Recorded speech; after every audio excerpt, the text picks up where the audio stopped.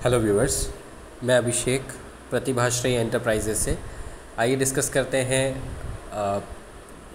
4 मई 2022 के Nifty bank Nifty के levels को। सबसे पहले एफआईआईज़ और डीआईएस का डेटा चेक करेंगे 2 मई का, जिसमें एफआईआईज़ ने तकरीबन 1853.46 करोड़ की बिकवाली करी है और वहीं डीआईएस ने 1951.1 करोड़ की ख़रीदारी करी है। अब अगर हम थोड़ा यूएस मार्केट्स की तरफ अगर नज़र डालें हम, तो हम देखेंगे कि जो क्लोजिंग आई थी डाउ जोन्स की वो तकरीबन आई थी 33,002 पे, और नेस्डैक जो था वो 12,487 के लेवल पे। एक्चुअली ये लाइव लेवल से, माफ़ी चाहूँगा, ये जो अभी करंट के लेवल्स हैं उनको हम देखेंगे। 33,002 का लेवल डाउ जोन्स में चल रहा है और 12,487 का लेवल नेस्डैक में चल रहा है। अगर हम SGX निफ्टी की बात करें तो 16,978 के लेवल पे भी SGX निफ्टी है। डाउ जोन्स की बात करें तो डाउ जोन्स अभी 33,009 के लेवल पे है मामूली गिरावट के साथ, और नेस्डैक भी मामूली गिरावट के साथ ही 13,020 के लेवल पे है। आइए हम अपने लेवल पे, अपने मार्केट्स के इंडाइसेस पे चलें। निफ्टी 50 की बात करें, सबसे पहले समरी की बात करें अगर, तो हमने 16,917 का लो बनाया था और 17,092 का हमने हाई देखा था। चार्ट्स पे चलें, 4 आवर्स का चार्ट अगर देखें तो 17,064 के लेवल पे हमने प्रोविजनल क्लोजिंग दी थी और 17,069 के लेवल पे हमने एडजस्टेड क्लोजिंग दी थी। अब यहाँ से हम सबसे पहले पुट कॉल रेशियो डिस्कस कर लेते हैं। तो पुट कॉल रेशियो वाइज तो Nifty bank Nifty oversold territory में है इस पर्टिकुलर एक्सपायरी के लिए, माफ़ी चाहूँगा, ओवर बॉट कंडीशन में है पुट कॉल रेशियो इस एक्सपायरी के लिए 5/5/2022 की, है ना। और क्योंकि आज की छुट्टी थी 3 तारीख की, तो कल और परसों इस एक्सपायरी में भी एक दिन कम है ना, तो टोटल 4 दिन की एक्सपायरी है। तो इसका कहीं ना कहीं इम्पैक्ट हमको देखने के लिए मिलेगा, राइट। तो किस तरह से इसको लेंगे हम, ये देखेंगे। ऊपर और नीचे के लेवल्स से शुरू करते हैं। इसी लेवल को स्पॉट लेवल बनाएंगे 17,069 के। यहाँ से 35 पॉइंट ऊपर और 35 पॉइंट नीचे। एक्चुअल में वो 35 पॉइंट नहीं होगा, 45 पॉइंट का कंसिडर करना पड़ेगा हमको, राइट। अगर हम इसमें 45 पॉइंट्स ऐड करते हैं तो जो लेवल आ रहा है तकरीबन आपका आएगा 74, और 17,114 का लेवल आएगा ऊपर के लेवल में। और उसके बाद में ये पहला रेजिस्टेंस होगा। इसके बाद में जो है आपका जो सेकेंड रेजिस्टेंस होगा वो 17,167 होगा। 17,235 आपके लिए फाइनल रेजिस्टेंस होगा। बीच में ऑब्जर्वेशन लेवल नहीं रख रहा हूँ मैं, राइट। नीचे की बात करें तो यहाँ से 45 पॉइंट अगर आप कम करते हैं, ठीक है, 40 पॉइंट और 5 पॉइंट कम करेंगे तो तकरीबन 17,024 का लेवल आएगा आपका। ये आपका फर्स्ट सपोर्ट है मार्केट में, राइट। इसके नीचे आपके पास ऑब्जर्वेशन लेवल ज़रूर आएगा 16,978 का, और जो सेकंड सपोर्ट आएगा वो 16,944 का आएगा। इसके बाद में आपके जो डाउन साइड के जो हैं लेवल्स, ये थोड़े से मैंने इस बार कम किए हैं, हालांकि ज़रूरत नहीं है, पर फिर भी 16,944 के नीचे जाना नहीं चाहिए मार्केट। अगर मार्केट जाता है तो फिर हम 16,800 तक के लेवल भी टेस्ट कर सकते हैं नीचे के साइड में। ऊपर के साइड में लिमिटेड है और नीचे के साइड में भी लिमिटेड है, बट ऊपर की रेंज कम और नीचे की रेंज ज़्यादा, ऐसा आपको लगेगा, बट लगभग सेम रेंज निकल रही है। आप अगर इसको देखेंगे लेवल के हिसाब से तो नीचे के लेवल आप एक बार फिर से देख लीजिए, 17,024 है तो आप उसको राउंड फिगर में 17,025 लेकर चलिए। 16,978 ये आपका ऑब्जर्वेशन लेवल होगा। 16,944 आपका सेकेंड सपोर्ट होगा मार्केट में, और 16,944 के बाद में 16,880 और 16,840 ये आपके लिए, 16,880 आपके लिए सेकंड ऑब्जर्वेशन, 16,840 आपके लिए फाइनल सपोर्ट। स्टिल 16,800 तक का आपको रखना है। इसमें एटलीस्ट 15-20 पॉइंट का अप डाउन का आपको रखना पड़ेगा, जो भी लेवल्स हैं, एक्सट्रीम डाउन साइड और एक्सट्रीम अप साइड के लिए, राइट। ये हुई निफ्टी की बात। बैंक निफ्टी की बात करें, बैंक निफ्टी अभी मिड ऑफ द रेंज है, ना ही कम्प्लीटली ओवरबॉट है ना ही कम्प्लीटली ओवरसोल्ड है, राइट। तो यहाँ पे हम कैसा क्या ट्रेड कर सकते हैं इसको भी देखते हैं। 36,137 की प्रोविजनल क्लोजिंग थी, एडजस्टेड क्लोजिंग 36,163 की थी।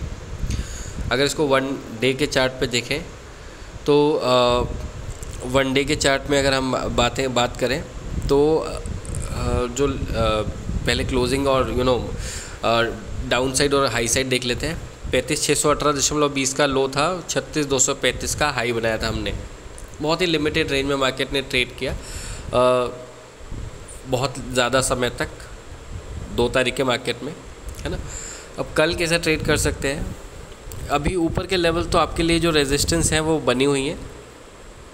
इन एनी केस ऊपर जाते हैं तो आपके पास वही लेवल होंगे 36,250, 36,350, आप इसको 375 ले सकते हैं, और 36,550 थोड़ा सा मैंने ऊपर का टारगेट बढ़ाया है, ठीक है।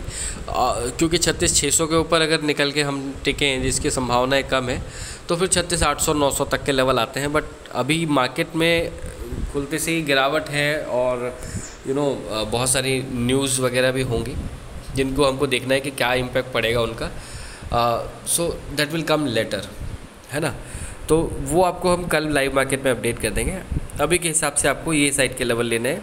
अगर डाउन साइड की बात करें तो आपके लिए यहाँ पे जो लेवल आएगा, इसके बाद जो सीधे लेवल आएगा वो आएगा आपका 35,950, 35,700 और 36,550। इससे नीचे भी मार्केट को माफ़ी चाहूँगा, 35,950, 35,700 और 35,550। ऊपर 36,550 और नीचे 35,550। यही लिमिटेड रेंज है कल के लिए जो दिख रही है। अगर इसके अलावा कोई अपडेट होती है तो वो हम आपको during the live market we will update you, क्योंकि मार्केट जिस हिसाब से बिहेव कर रहा है, इसको इतना एक्यूरेटली प्रेडिक्ट कर पाना, और डिपेंडेंसी इसकी बहुत से सिनेरियोज़ के ऊपर है।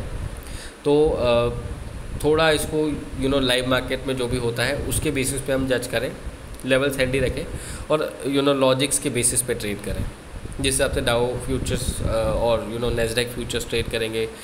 बाकी मॉर्निंग में डॉलर रुपी किस हिसाब से खुलता है, रुपी मजबूत होता है या डॉलर मजबूत होता है, ये सारी चीज़ें हम काउंट करेंगे, उसके बाद में लाइव मार्केट में भी देखेंगे।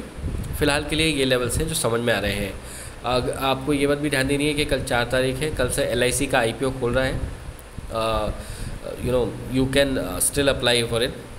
अच्छा IPO है, और चांसेस अच्छा खासा रिस्पांस के भी चांसेस हैं इसे। आप कर सकते हैं, न्यूट्रल टू पॉजिटिव ही रहेगा रिस्पांस।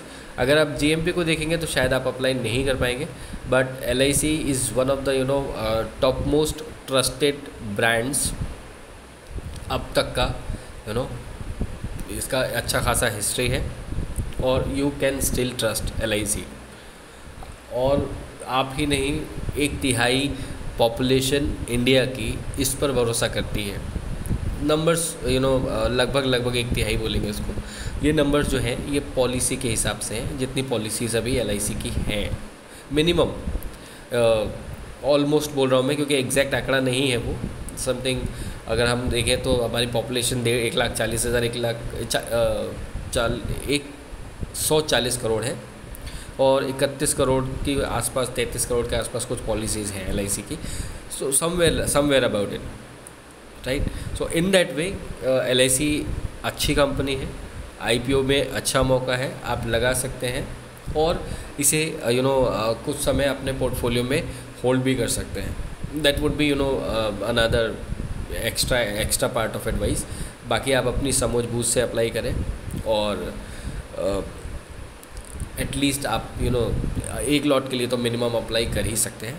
मैं ज़्यादा बुलिश होकर इसलिए नहीं कह रहा हूँ, क्योंकि बहुत सी चीज़ें हैं अभी इस दौरान जो मार्केट को हिला सकती हैं, तो उनको भी कंसिडर करना पड़ेगा, काउंटर करना पड़ेगा, उसके बाद में कोई भी फाइनल आउटपुट हो सकता है। बट ये है कि जैसा भी खुले LIC का IPO, आपको इसके स्टॉक्स कुछ ना कुछ अपने पोर्टफोलियो में रखने हैं, राइट। ये मेरा पर्सनल सजेशन है।